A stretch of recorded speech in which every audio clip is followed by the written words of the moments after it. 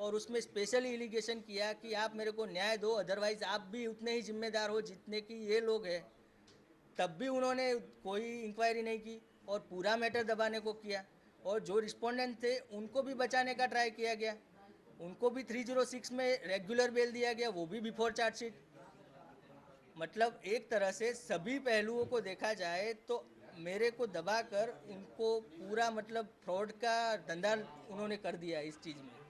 और एक बार जब होता है तब हम गलती बोल सकते हैं, मगर आप देख रहे हो कि ये पेज के अंदर पूरा कम से कम 10 गलती है कि जो लॉ में बिल्कुल है ही नहीं। ऐसा है जैसे नॉन कॉग्निजेबल ऑफेंस है, उसका एफआईआर नहीं है, वो भी है इसमें।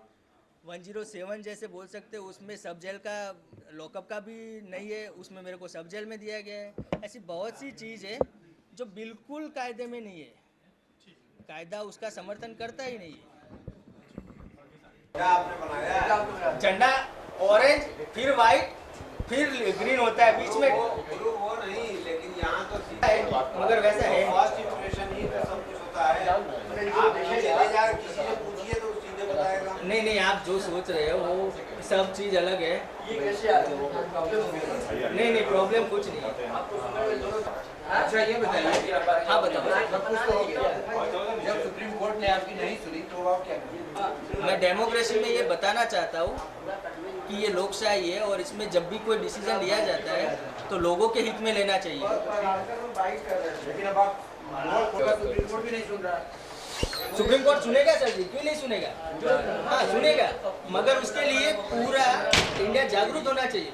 रख दिया है तभी तो मेरे को ये फ्री ऑफ कॉस्ट पब्लिश करना पड़ता है। पब्लिक को बता के जन जागरण करने के बाद फिर ये जाएंगे पिटीशन में सुप्रीम कोर्ट में। मैं ये चाहता हूँ तो मैं सुप्रीम कोर्ट से भी ऐसी गलती होती है, ये ऐसी गलतियाँ होती हैं।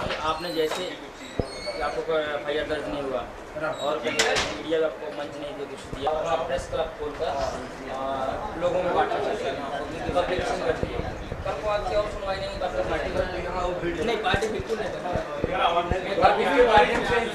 इसके माध्यम से यहाँ की जनता ने जगाना चाहता है। गुजरात में भी क्या बोल रहे कुछ नहीं। मैं गुजरात का महसाणा जिले का रहवासी पटेल कल्पेश कुमार प्रहलाद भाई हूँ। कल्पेश जी, जिस तरीके से आपने किताब दिखाई है उससे तो लगता है कि एक सुप्रीम कोर्ट और हाई कोर्ट पे सवालिया निशान उठता है। तो क्या घटनाक्रम रहा, उसके बाद आपने क्या क्या किया, थोड़ा संक्षिप्त में बताइए। सिंपल चीज़ है कि हमारा लव मैरिज हुआ था और उसका पेरेंट्स हरेसमेंट से शुरू हुआ।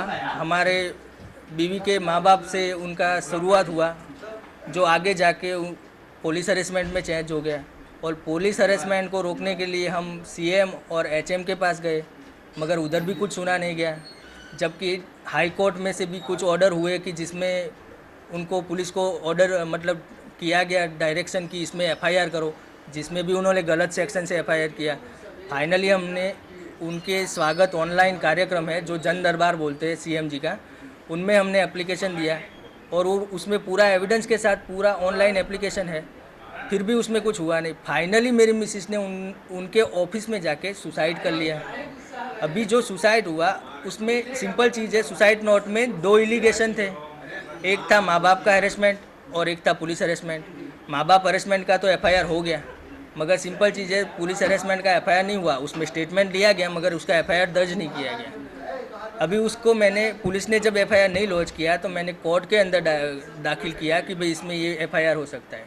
तो कोर्ट ने उसको बिना तपास किए, बिना नोटिस इश्यू किए और मोदी जी और जो भी पुलिस वाले जवाबदार थे उनका जवाब भी नहीं लिया और सीधा उसको डिस्पोज कर दिया।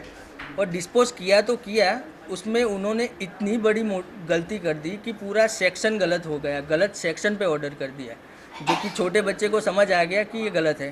क्या लगता है ये जो सेक्शन की ये जो इतनी बड़ी हेराफेरी या गलती हुई है, यस, किसे जिम्मेदार आप मानते हैं? जुडिशनरी को मानते हो। आज आपने वाराणसी से अपनी किताब का विमोचन कर रहे हैं, क्या कारण था किताब का विमोचन यहाँ से? ये जो गुजरात में जो घटना हो गई है वो बिल्कुल दबा दी गई है, क्योंकि वहाँ हम एक तरह से हिटलर या स्टालिन को भी बोल सकते हैं, ऐसा शासन हो गया है उधर। तो हम उधर पे से ये कुछ कर सकते नहीं है और करने को जाते तो भी हमारा क्या होता वो हमको भी मालूम नहीं है। और वो फिलहाल वाराणसी से चुनाव लड़ रहे हैं। तो वाराणसी की पब्लिक को जो उनके लिए है उसको हम क्लियर करना चाहते हैं कि हमारे साथ जो हुआ वो आपके साथ भी हो सकता है। यही संदेश हम उनको देना चाहते हैं। जहाँ तक अभी तक आप बता भी चुके हैं कि आपका इनकाउंटर होने तक की नौबत आ गई थी। यस। तो क्या लगता है कि जो जुडिशियल गलतियाँ हुई हैं, क्या लगता है कहीं से सीएम भी जिम्मेदार है इसकी?